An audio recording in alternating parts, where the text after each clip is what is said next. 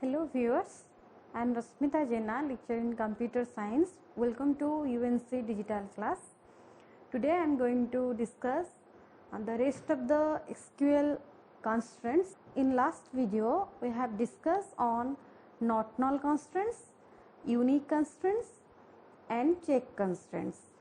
In case of not null constraints, it allows duplicate data but not accepting null values. And in case of unique constraints, it allow null values but not accepting duplicate data. So the disadvantage of not null constraints and unique constraints is overcome in primary constraints. Okay. So today we will be discuss on primary constraints, default constraints, domain constraints and referential integrity constraints in SQL commands. Okay. So first we will be discuss what is primary constraints. Primary constraints is used to uniquely identify a row of record in a table, and the disadvantage those are arises in not null constraints and unique constraints are overcome in primary constraints. That means the primary constraints not accepting null values as well as duplicate values. So let's have a look on primary constraints. So today we will be discuss on primary constraints,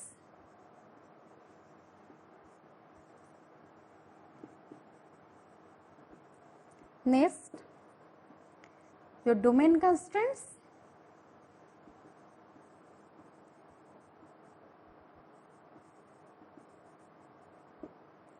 next default constraint,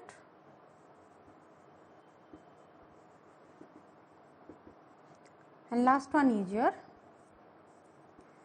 referential constraint. Okay. First we will discuss on primary constraints.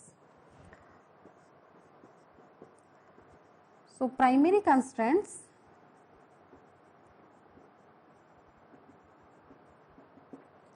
first we will discuss primary constraint. So it is used to uniquely identifies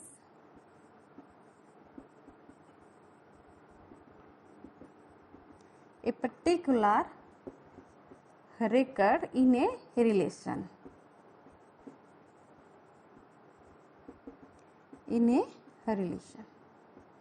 Okay. Second point, it is not accepting null values as well as and the duplicate values. In a column. Okay. So this is the important point of primary constraints. It not accepting null values and duplicate values in a column. Okay. So let's see the syntax, how we can define a column as primary key. The syntax: create table name, then next we will define the columns of the table. Column 1, data type, then size of that column. Okay. Suppose we want to define like this, we can define number of columns. Okay. And from these column, suppose we want to define column 1 as primary key, then here we define primary key as column 1. Okay. This is the syntax. Next we will see one example how the primary key is defined in a particular column. Okay. Let's see one example. This is the example. Suppose I am creating a student table, create table name of the table is suppose stood. Okay, and in that table suppose I am entering only two column, that is roll of the student, that is integer type, and name of the student. Okay, that is the varchar type. Okay, then after specifying column and their data types, then we will specify the primary key for that table. Suppose roll with the primary key for that table. Okay, then one message is displayed, that is one table created. Okay, let's see that this primary key is executed properly or not. How can we verify this? We can verify this when we execute insert command, and it will check that is this accept duplicate data, is this accept null values or not accepting. Okay, so let's insert one row to this table. So I can write insert into, as per the insert command, insert into name of the table is stood. Okay, and put the values. You can see the role and name with the two column. So here I am putting role 1 and name is suppose A. Okay, again I am putting another value SQL insert. When we executing this, it will return a message, that is one row created. Okay, suppose the second row for the table stood, SQL insert into name of the table is stood. Okay, values. Then suppose I am putting same value for the next column, same value for the roll number column for the next row, that is 1, and suppose name is V. Then it will return a error. Okay, it will return a error that it violating unique constraints. Okay, because here I am putting the roll number value as 1 and again I am putting the roll number as 1. So it violating duplicate data. That's why the error message is violating unique constraints. It violating unique constraint because it disallows duplicate data in the columns. Okay, violating unique constraints. Okay, again I am putting another row. Suppose SQL insert into name of the table is stood. Okay, I am putting values. Suppose here I am giving null values. Okay, here I am giving null values and I am putting the value C. Then this will also give the error. If I put here as null, or if I am not giving any value, then it will return a error. Okay, that is it not accepting null value because it violating not null constraints. Okay, that means we can say these two statement, that means this one, this statement where I am putting same value, and this statement where I am putting null value. Okay, will violate the primary key constraints. Okay, so this is all about your primary key constraints and how this primary key constraint is accepting the value and how it violating the values. Next we will discuss the domain constraint. Actually, domain constraint ensure that the data value entered for a particular column matches with the data type defined for that column. That means suppose here I am creating a table. Let's see one example. Suppose I am creating the table, create table, name of the table is suppose stood. Okay, suppose here I am putting creating only two attribute, that is suppose name is of varchar type and the role is of integer type. Okay, this is only two attribute in the student table, and when I am inserting the value I can write insert into, name of the table is stud, and the values are, suppose the first row value is, suppose name is A and role is 1, okay, and when we execute it, the message is 1 row created, okay. And how can you verify?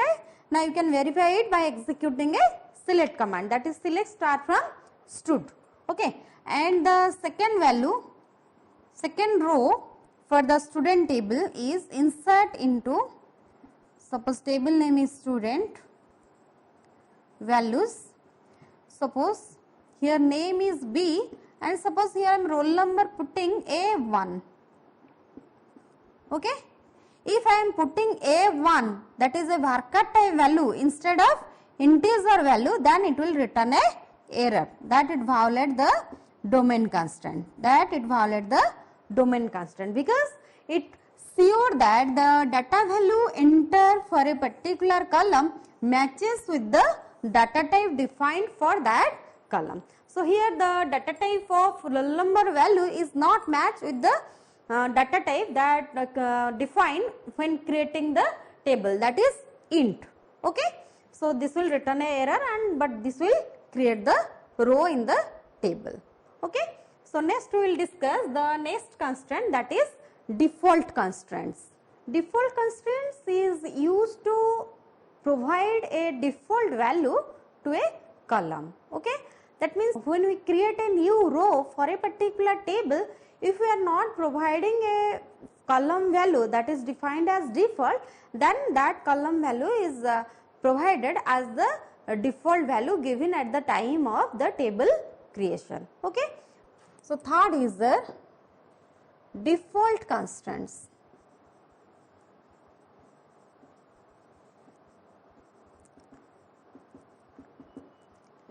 It is used to provide a default value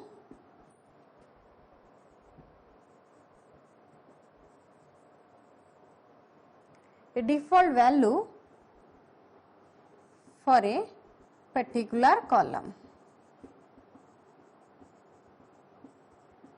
That means those column value is defined as default and the user provide a default value for that column, then it will put the default value if the user is not specified that value for a particular row, okay. So next point, the default value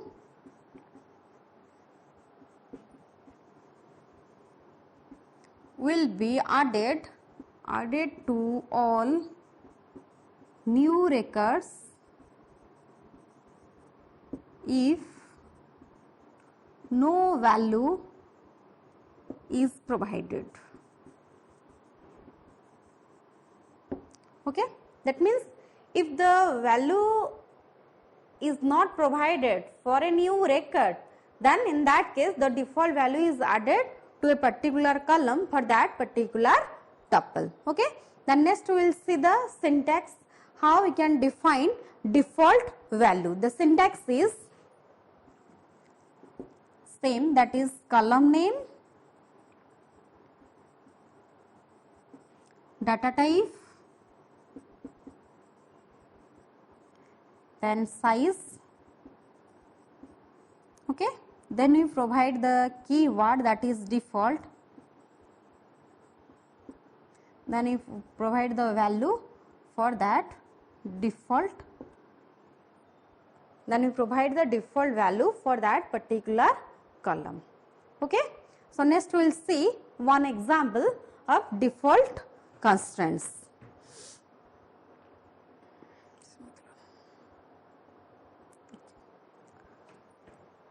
Suppose here I am creating a table, create table name as stud, okay, and the attributes of that tables are, suppose name is the varchar type, the size and role of integer type. suppose address of all students are CTC. Okay. So varchar with the data type, and here I am defining the address column as the default value. Okay. According to syntax, you have to mention the default keyword with the value, that is Cuttack. Okay. Then the message is displayed, that is one table created. Next we will more clear by executing one example. Okay.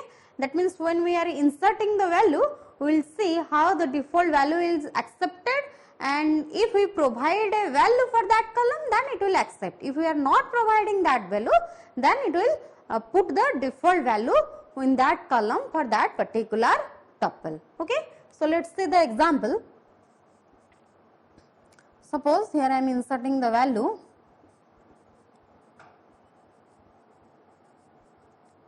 insert into name of the table is stud. Okay.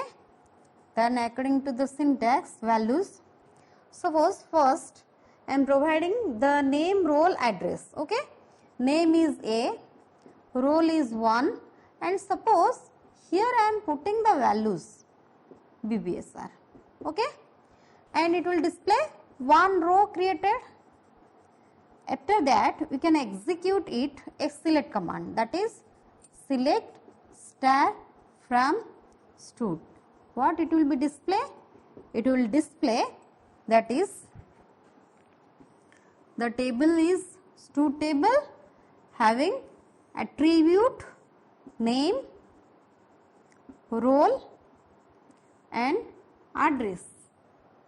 Okay. So first row I am putting the value name 1, role 1 and address is BBSR. In this case here I am providing a value for address column. Let us see another example where I am not providing the value for the address column. We can see insert into name of the table is stud, values, then suppose student name is B, role is 2, and here I am not providing the address value for the second row. Then what it will be result? In some cases you can execute a select command, that is select star from stud. Okay. What it will be display? It will be display B with the name of the student, then role 2 and the default address is Cuttack that we define at the time of creation, that is Cuttack. Okay. So it will provide the default value for the address column for the tuple 2. So this is the result of the default constraint execution. So next we will discuss the referential integrity constraints.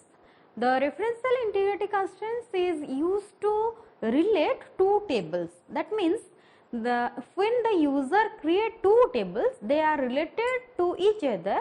They often relate by a column in referencing the primary key of the other table. That means the relationship between two tables matches the primary key in one table with the foreign key in second table. Okay. And we will more clear about referential integrity with one example. So here I am creating two tables, one is student table and one is exam table. Okay, let us see the example how the two tables are related with each other and how the referential integrity constraint accept the value and how this referential integrity constraint is violating. Okay, so let us see the example. Let us see the example. Here I am creating two tables, one is student table having attribute role address, and in this table role be the primary key, and I am creating the second table, that is exam table having attribute e-role, subject and mark, and in this table e-role be the foreign key for this student table and which is reference with the student table through the roll number attribute. Next we will see how these tables are related through the foreign key, and we will more clear about that when we are inserting the value in both the tables. Okay. So, let us see one insertion of rows in both the tables. Here I am inserting insert into name of the table is stud. Okay. I am putting the values for the student table. Only two values are there, that is roll and address. So, roll number is suppose 1 and address is suppose CTC. So, it will display message one row is created, and suppose I am putting the second rows, that is insert into stud, and the second row is roll is 2 and address is suppose BBSR, and after that we will execute a select command. So, SQL select star from stud. Okay. What it will display? It will display 2 column for stud table, that is roll and address. Okay. That is roll and address. Okay. And the rows of this table, rows of stud table are roll is 1, address is CTC, roll is 2 and address is BBSR. Okay. Next we will insert the rows into exam table, and when we are inserting in the exam table, you must remember those values present in student table, that value must reference to this table, otherwise it will violate the referential integrity constraint. Okay. When we insert into the exam table, insert into exam, and the values are e-roll, subject and mark. Suppose here I am putting e-roll is 1 and subject is suppose mathematics, that is math, and mark is suppose 50. And when we execute this, it will display a message, that is one row created. Okay. You can see here the e-roll with the foreign key reference to the student table roll number primary key. Okay. And here when I am putting the value roll 1, then it will execute successfully and one row is created in the exam table. So, we will see the next example, that is when we inserting the second row, that is insert into name of the table is exam, and the values for the second row, suppose I am putting roll as 3, subject as same, that is math, and mark is suppose 40. Okay. And when we executing the second insertion command for creating the second row in the exam table, then it will return a error, that is it violating a referential integrity constraint. Okay. Because you can see the roll 3 is not present in the student table, but I am putting the e-roll as 3, that violating the referential integrity constraints when I am putting roll number value 3, which is not present in the students table. So, in this way the referential integrity constraint is violated in SQL command when we are executing the value which is not present in the first table, but putting that value in the second table. Okay. So, this is all about your different types of SQL commands. So, in this class we have discussed on primary constraints, domain constraints, default constraints and referential integrity constraint. And in our previous video I have already discussed about not null, unique and check constraints. So, this is all about different types of constraints in SQL. Thank you. Have a nice day.